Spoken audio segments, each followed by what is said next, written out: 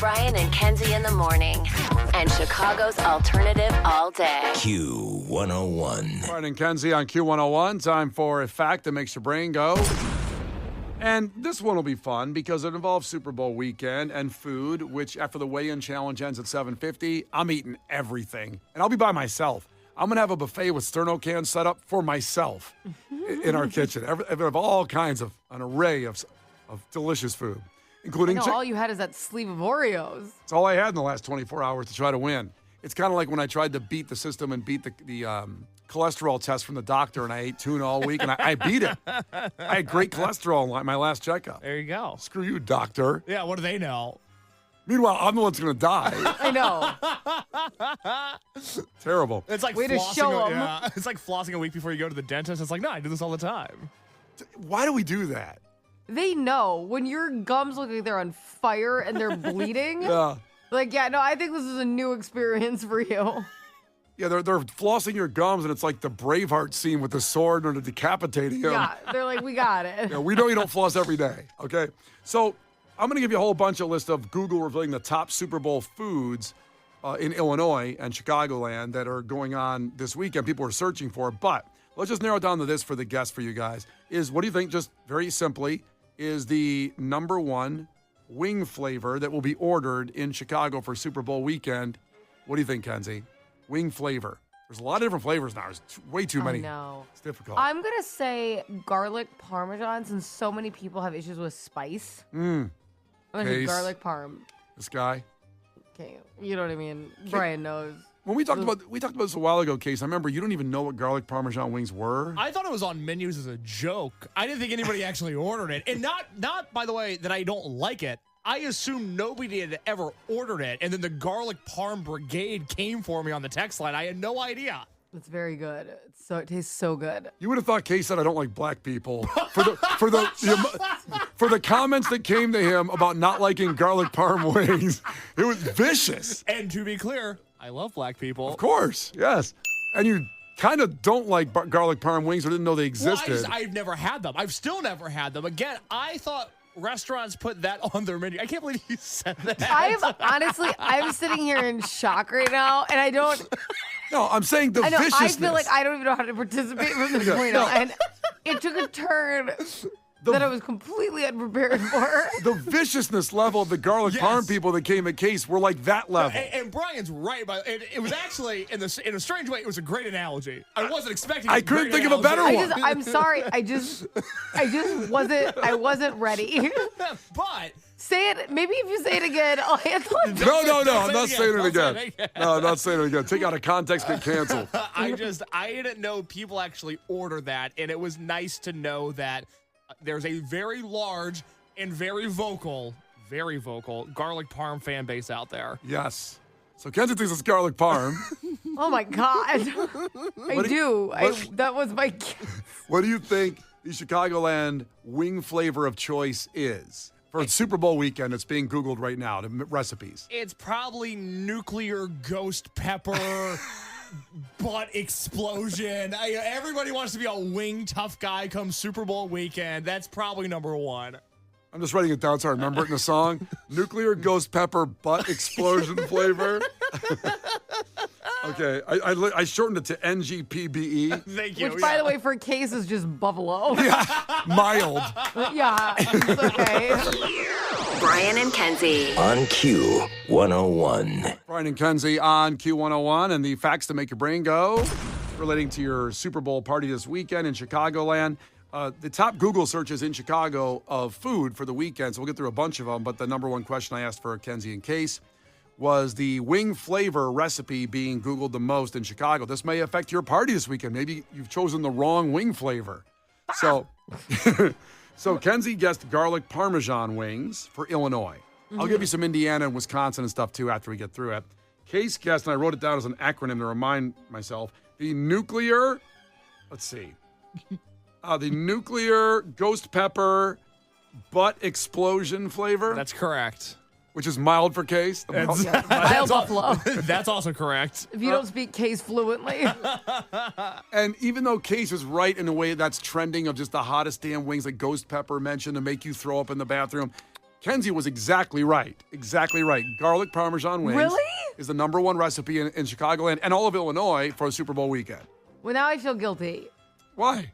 Because I was like, he's probably going to say something else, so I'll say this, and then I still got it right. Yeah, you got it right. God, I just can't help it. Well, you're just so smart. I know. Also, they're delicious. Garlic Parmesan wings when They're done so right. good. I love it. I get the garlic parm ghost pepper wings, actually, from... You leave out the butt explosion Popeyes. part? Yeah, well, because they're not called that. So,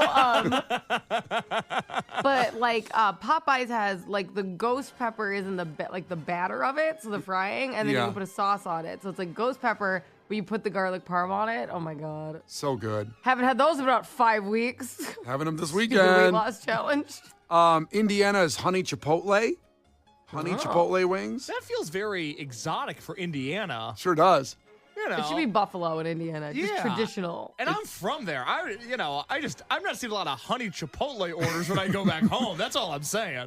You see the nuclear ghost pepper butt explosion. That's true. A guy named Travis at Buffalo Wild Wings is ordering those. Hell yeah. So Wisconsin is golden barbecue wings. I don't know what that means. I mean, What's golden barbecue? I don't know. Hope it doesn't have anything to do with like R. Kelly.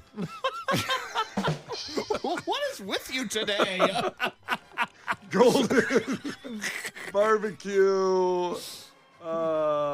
It's a barbecue sauce that often contains mustard and is sweet, smoky, and tangy. It can be used on chicken, pork, or ribs. Okay.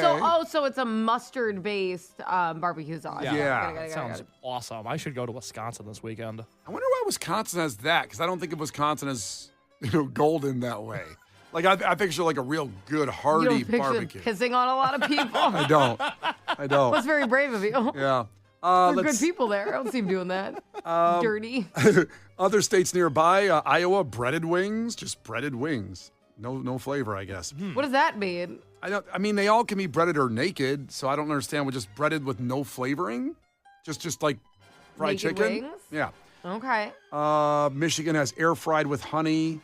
Everybody else is messed up. Like, we're the only normal ones. Yeah, because there's Who says, like, oh, my guess is going to be air fried with honey on them? What the hell does that even...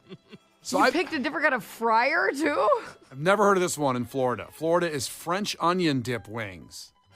I lived there, and I've never heard of that. Yeah. I got to give that a shot, though.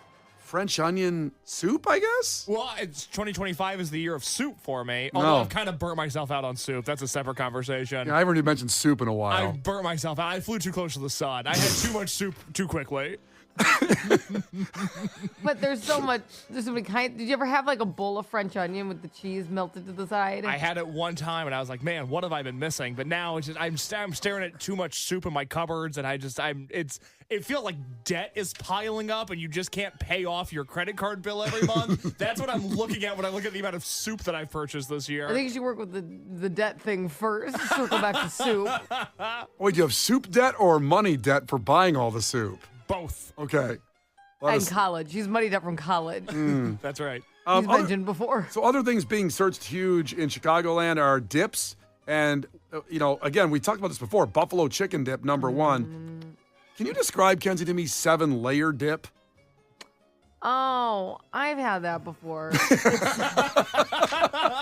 What? Explains it. Because I hear about all these layers of dip and I've eaten them, but is it just layers of stuff? Is that all it is with the layered I mean, dip? yeah, literally. It's very similar to what it sounds like. I feel like it's kind of like a taco dip. I would also describe it as like Tex-Mexy, if that makes sense, because I think it's like you have like a refried bean, Yeah.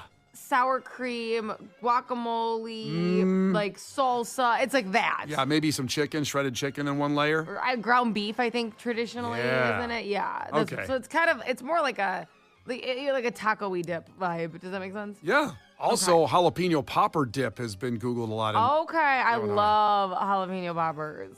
I like the poppers. I've never had it in dip form. Guess I should try that. Everything's better as a dip. Let's see here. Also, top search cocktail recipes. And I'm saying this the way it is, and I'll describe it afterward if you've never had it. Oh, boy. Jungle juice. Oh. Now jungle juice is what I used to call at Harry Buffalo parties, where you basically take Everclear, It's 200 proof. That's 100% alcohol. You pour it in a bathtub with Kool-Aid, and you throw fruit in there. You eat the fruit and get drunk, and then you drink out of the bathtub with a cup. What kind of hairy buffalo? What's Is a that what you hairy said? buffalo? What is that? I don't know why it's called that, but it was called a hairy buffalo party. What was? Well, I don't get it. Which is doing that, pouring all the alcohol in a bathtub. First off, like Everclear, like grain alcohol, and then Kool-Aid, and then maybe other fruit juices, and then fruit. You actually put like fruit in there, and then you grab the fruit out of there and eat it. It absorbs all the alcohol, and you get drunk, but you're eating fruit. And so you're like, good. this is a hairy buffalo. I don't know where that phrase came from. I got to be honest. But that's what jungle juice is. It's just a mixture of all kinds of crazy stuff. It's amazing you're alive. Now listen, you got to test your body to its limits to see where it can go. With jungle juice. You really do. You don't know what your body can do. Listen, kids out there, don't do what I did. You don't know what your body. You sound like an Olympian right now. That's you right. a-hole. You can do push-ups or you can do jungle juice. You decide what's more fun. The Brian and Kenzie Show. On Q101. The Brian and Kenzie Show. On Q101. Kenzie on Q101. It's one of the biggest movies of all time, of our generation, The Breakfast Club, 40 years ago. 40 years ago that movie came out, so it is time for Case's movie review.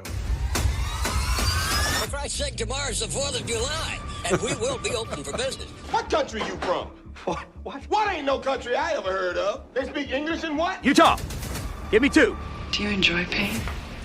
Pain don't hurt. Wax on, right hand. Wax off, left hand. Now fry like bacon, you little freshman piggies. Fry! Fry! Playing football in West Canaan may have been the opportunity of your lifetime, but I don't want your life.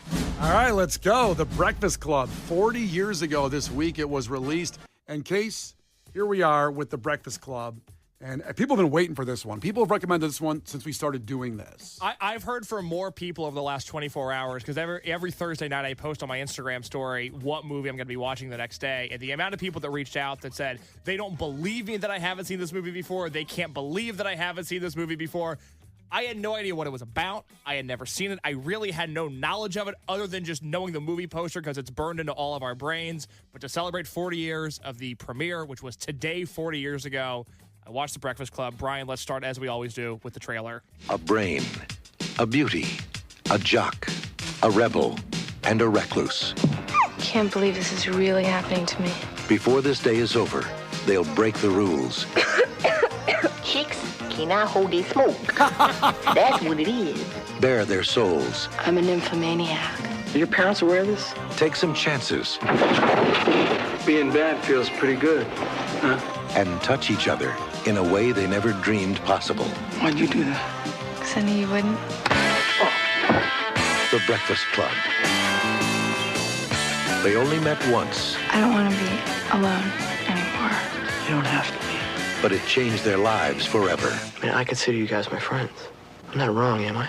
Universal Pictures presents Emilio Estevez, Paul Gleason, Anthony Michael Hall, Judd Nelson, Molly Ringwald, and Ali Sheedy in a John Hughes film, The Breakfast Club. So as we said, this movie premiered in Los Angeles 40 years ago today. The budget was $1 million, and it made $51 million, which is an incredible percentage. Movies today cost $100 million to make. Entertainment Weekly ranked the film #1 on its list of the 50 best high school movies. Let's see what Case rates this movie as. The beautiful thing about this movie is that it so accurately describes what we have all been through, whether it was Jesus or Judd Nelson or Brian or Kenzie or me or you. We have all experienced what it is like to be a teenager and how hard it is to be a teenager. And I think society, unfortunately, more often than not, is mean to teens. People grow up, they lose their ways. It's like the janitor said to the principal, they haven't changed, you have. And what I love about this movie is the emotional aspect, the emotional roller coaster of what it's like being a teenager. Because I put myself in the shoes of all these characters, and I think everybody, you can do that as well. You know everybody in this movie, okay? You went to school with a Bender and with a Claire, with an Andrew, and with a Brian, and with an Allison. And it was just so enjoyable for one afternoon to put myself back in these shoes and think about myself in this scenario and how I was like. And in all seriousness, you know, I was I was a very mentally unwell teen. You know, I battled. Let's not turn this into a therapy session. Brian, it's part of my review. Okay, Brian, also not appropriate to say when someone talks about their mental health. You don't interject and say that. I had a very easy upbringing. I had parents that loved me and took care of me, but I was fighting my own fights internally and watching the characters in this movie and thinking about, I knew a Bender and I knew an Allison and I knew a Claire and I myself felt like Brian, the character in this movie, more so than any of them. God, what a refreshing thing this was to view through the eyes of somebody who hadn't watched this movie in high school. I watched this at 25 for the first time. That all I found to be very heartwarming. This is a tried and true teen movie, and I am all for that. Well, that's good to hear, because I was worried that you were going to trash it for some reason. I'm sure you have some points you don't like, but I really do think that doesn't matter. You said it perfectly. Everybody can relate to everybody in the movie, and I don't care. We had somebody walk in, our friend Jeff, and said if this movie came out today and they were in detention, it couldn't be filmed because people would just be on their phones in detention the whole time and not talk to each other. True. But that's a pretty good, astute point. But at the same time, the feelings that everybody has, the jock, the burnout, the rich kid, the goth girl, and the nerd, they all still exist today, and everybody knows them, or maybe you are one of them. Yeah, that's the nice thing, is that I think this movie holds up in the sense that you can figure out all of the archetypes very quickly. I was in high school from 2013 to 2017. All of these people are still there. Like, I knew Benders who were absolutely terrifying, and I knew Claire's who I loathed. More on Claire in just a second. The one character aspect that I think is very funny to look on with 2025 eyes is just how much of a square Emilio Estevez is in this movie. He is such and there's no other way to describe it. It'll sound like political commentary, but it's not. He's just such a product of Ronald Reagan's America, and it's so funny to look at. Like, when they start smoking weed, and I'm somebody, I've never smoked weed. I'm straight edge. I don't drink alcohol. I don't smoke weed, but I'm all for people that do. It sometimes makes you look pretty damn cool, and sometimes I'm a little jealous of it. But they pull out weed, and I have his quote written down. I want to be sure that I depict this accurately. He says when they pull out weed, quote, "Yo, wastoid, you're not going to blaze up in here," end quote. It's the least cool any jock has ever sounded. I wanted to shove him in a locker. He is the character that, like, I went to high school with jocks.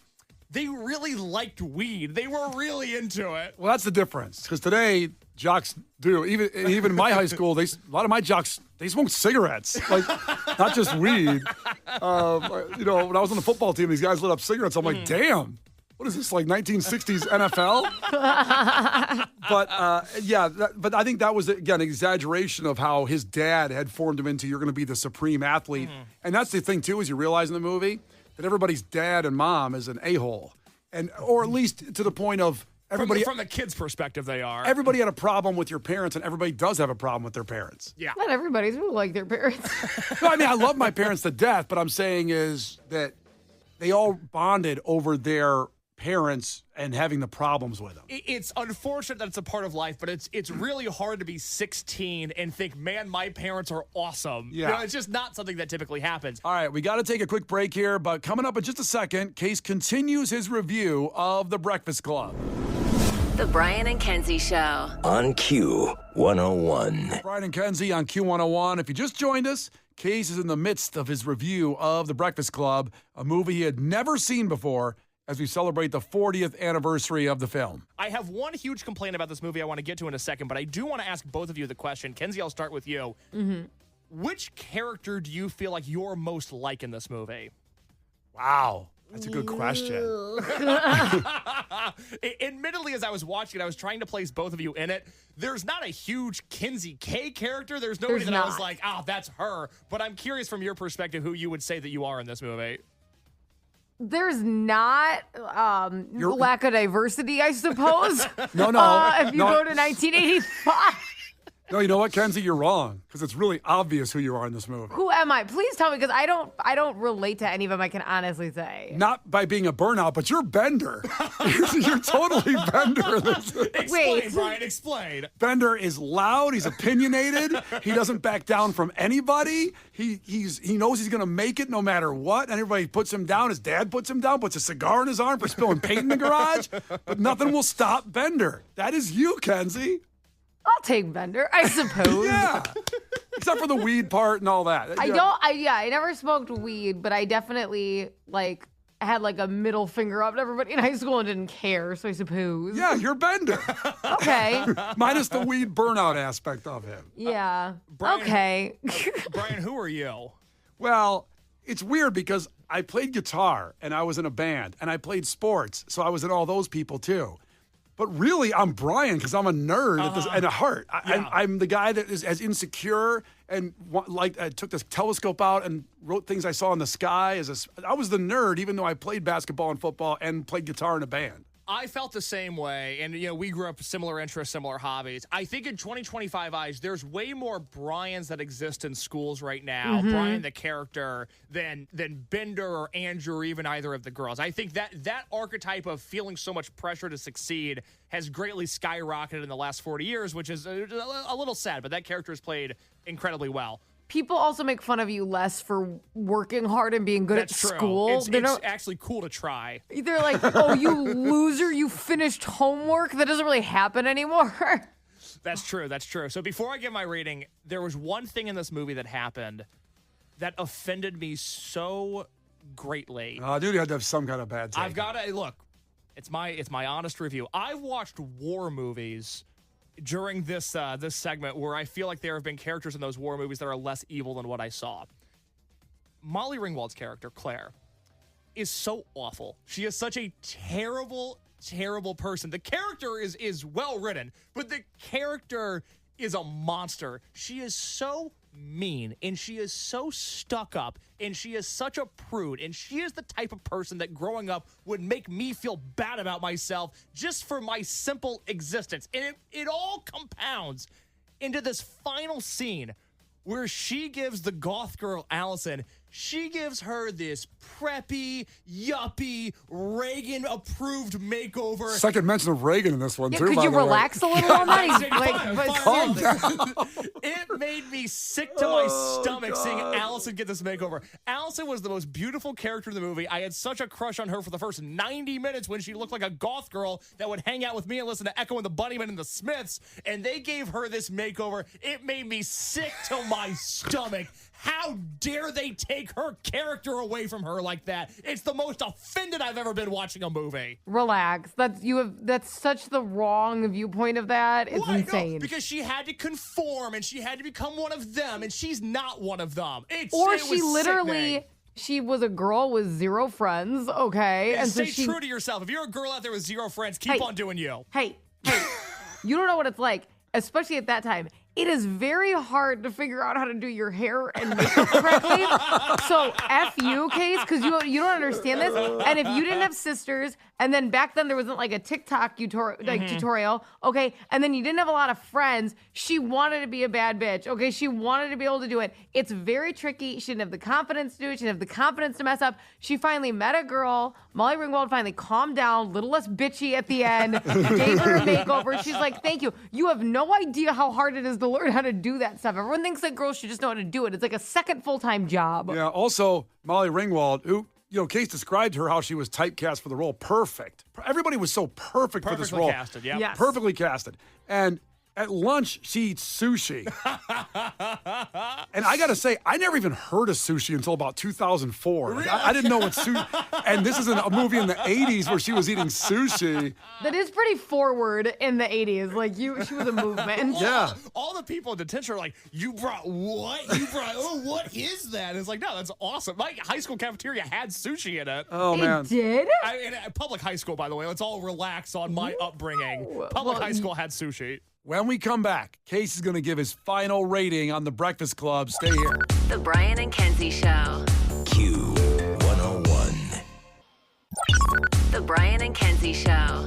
Q101. Brian and Kenzie on Q101. Case has been reviewing The Breakfast Club all morning as we celebrate 40 years of the film. A couple points before you give your review of The Breakfast Club. It was filmed at Maine North High School in Des Plaines, Illinois. And at Glenbrook North High School in Northbrook, Illinois, because Maine North, I think that closed, and then they used some of the outer scenes for Glenbrook North. And also, Judd Nelson, the Kenzie character, the Bender minus the burnout. Kenzie character. he stayed in character, I read, for the movie so much off the set when they were not filming that it drove John Hughes nuts. He was Bender all the time to the point where even though he knows he killed it in the movie and made it a historic performance, John Hughes said he would never work with Judd Nelson again. So and he never did. There was a proposed sequel where they have a high school reunion and they all come back and are in different spots in their life. And part of the reason it didn't happen was that Judd Nelson was so difficult to work with on the first Breakfast Club that they didn't want to do a second one. Isn't that crazy? I know. Who he was would've so thought? good. He was so good. Because John Cusack was up for that role, and because all those '80s, the Brat Pack actors. But listen, love John Cusack to death. Great Chicagoan and is awesome in all movies. But no one could have pulled that off like Judd Nelson. No one could have done that like Kenzie.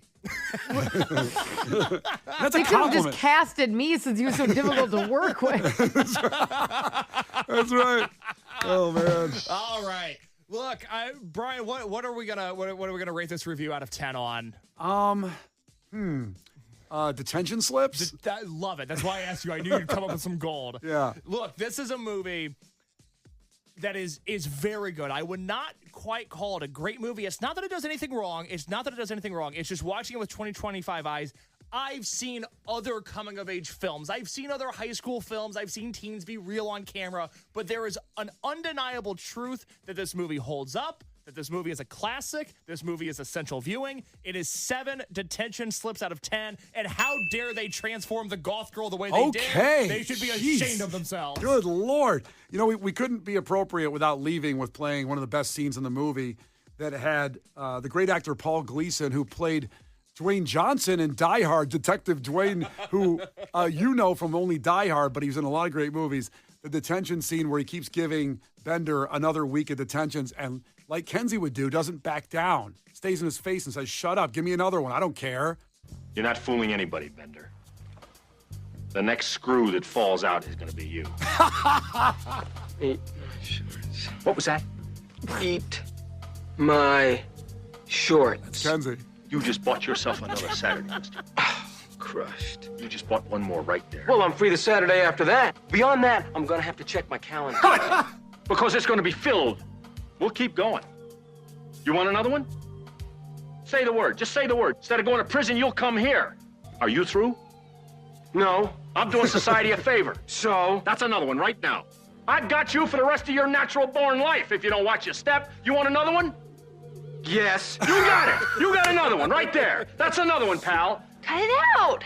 You through? Not even close. bud. Good. You got one more right there. You really think I give a Another. You through? How many is that? That's 7, including the one when we first came in. You asked whether Barry Manilow knew that he raided his closet. Now it's 8. You stay out of it. Excuse me, sir, it's 7. Shut up, Pee-wee. Kenzie, is that not you if that was going on to you? Honestly, now that you play that scene, the way my mouth has gotten me in so much trouble my entire life. Absolutely me. God, I wanted to be Bender so bad in high school, and I just took it when the principal I couldn't would say stop being Bender in high school. It sucked. Brian and Kenzie in the morning. And Chicago's alternative all day. Q101. Brian and Kenzie on Q101. I can't believe the day is finally here, especially the last 24 hours of not eating except for a small sleeve of Oreos so I can take my Aleve medication to fix my shoulder when I fell on the ice. Sleeve? Do they make different size sleeves? I don't think I ate the full sleeve, to be honest, of Oreos. You blacked out along the way, though, so you don't know. I was going, oh. What are you, Elvis? So this is it. After 5 weeks, we were going to end before Super Bowl weekend, and we're doing it. We started January 6th to get healthier, to lose weight, and a lot of you along the ride has been great. You've been texting in, you've lost 20, 30, 40 pounds with us trying to lose weight in completely different ways. I'm doing a 4-hour body, which is a high-protein, low-carb situation, no working out, but one big cheat day, but I've turned that into 3 or 4 different cheat days. Kenzie's done a big calorie deficit and working out, if that describes what you're doing, right, Kenzie? Yes. And Case has worked out and decided to go with a soup diet that no one's recommended. Well, I've mainly led with soup, but I will say I have changed the way I eat over the last 5 weeks. I am eating such few things from boxes anymore. I'm making all my dinners. Yes, there is potatoes and pasta and some higher carb meals. The stuff you're not supposed to eat when you're losing weight. But you know what, man? I feel great. Okay. So why don't you shove it? Oh. And I'll, let me step on the scale here in just a second and see what damage I did. Well, interesting. You're going first this time. We've done the order myself, Kenzie, Case with the weigh-ins. But since we did a special Monday weigh-in to determine now the end here, that myself and Kenzie are exactly tied by percentage of weight lost. Insane, by the way. It is insane because if you remember what Brian said about 45 seconds ago, he had a sleeve of Oreos yesterday. And things like this have brought me so much rage. It's made me question just really the world and how it's being run. I'm really introspective, and yeah, I'm also really dizzy. So it's been tough to tie with Brian as he has several cheat days a week and hasn't worked out once. I've told you before, I'm like Wolverine. I regenerate inside. I have crazy blood. I don't know how it works. I got blessed, #blessed of what I have. But I was super heavy starting this. I was at 247, and we'll see where I'm at now. But let's start with Case, Kenzie. So you have Case's start weight and where he was this week. Yep. So Case's start weight overall about 5 weeks ago was 250 pounds. Last week, he weighed in at 244.8 for a total percentage weight loss of 2.08. That is where Case is currently sitting. So just as a reminder, 244.8 was his weight last week. And as he walks over to the scale right now, he's going to have his movie review of The Breakfast Club in about 8 minutes. He's never saw it. I can't wait to hear this, the 40th anniversary of The Breakfast Club. Case's review of that movie is very, very exciting to me. Case has gotten on the scale. And oh boy. What? Kenzie what does it say? So Monday he weighed 244.8. On Friday, it's juggling. Case is at 248.4 was the last number? No. It was 248 flat. 248.0. Sorry. Jeez, Case, what were you doing this week? So Case gained 4 pounds since Monday. Well, and this Case. you heard all that pontification he did before he came to the scale and throwing jabs at me. What'd you do this week? Well, I ate good, apparently. I did celebrate a little too early with the Ben & Jerry's last night. First time I had ice cream in 4 weeks. Did you really eat ice cream last night? Yeah, it was awesome. Season finale of Hell's Kitchen. I'm not going to eat ice cream. Okay, I'm going to chime in. If you just ate ice cream last night, you wouldn't have gained 4 pounds, you a-hole. I ate the ice cream so quickly and so aggressively, it definitely added 4 pounds to my body. So, Case's final total, Kenzie, from the start to finish, I think he lost about 1.5 pounds. So he lost 2. Two full pounds. Okay. Because he started at 250 and you said he's 248 flat now? Yeah, so okay, flat to flat. Okay, so 2 pounds, Case, you lost in 5 weeks. So total weight loss body percentage is 0.8. 0.8% of his body. I feel great. Case. I don't know why anybody's laughing. I am happy with myself. I feel like a new man, and I will continue this throughout the next 11 months. I don't want to be judgy, but how did you swing that in that? Like, it wasn't even a full week. My body is a wonderland. I don't know what to tell you. Okay. A playground, if you will. He also, Kenzie, you see how his hair is so different, like shaved super tight. Right before he walked to the scale, he just said to me, "So you think that'll help in the weigh-in?" I did get a big haircut this week. I had really long hair. Big haircut. Shaved it all off. Yeah. So that means you probably gained even more weight of body fat because you also cut your hair off. Well, thank God I got that haircut. Thank God. All right, Kenzie. Like 251. Case is in third. Well, I don't know what place. I shouldn't say he's in third place right now, but I'm guessing he's going to be in third place. It's most likely he'll be in third place. However, unless maybe your sleeve of Oreos hit you hard. Okay, Kenzie, time for you. You're going to go next. I'll go last. Okay, so I'll give my stats really fast before I walk over to the scale. Yes. Then I won't be near a microphone. So, my start weight was 141.8. Okay. I've been trying to lose this baby weight. Okay. Last week I weighed in at 135.6. Okay. Yep. And my percentage, which I was tied with Brian, was a loss of 4.37. Okay. Percent pounds. Yeah. Yes. Or your body weight. So, just a reminder, 135.6 is Okay. what I weighed in last. So now I'm going to, don't ask me any questions. I'm walking away from my microphone. Yeah, walk away. Get to the scale. And I have to take my sweatshirt and stuff off, so hold on. Oh, that's right. She has to strip down the quote cases. She gets to the lingerie. Well, she's got her, Not lingerie, it's my workout clothes. her thigh highs and her garter over here. Whatever. Okay, hold on. It's the If you ever go to Lover's Lane, that's what Case thinks Kenzie's wearing. That's what I'm saying. So ridiculous. Wait, drum roll, please. Okay, go ahead. What do you got? Okay. 134.8. 134.8. Okay. There you go. Okay, so hold on. Let me get my calculator. Okay, so a body percentage weight loss now of 4.94. Good job.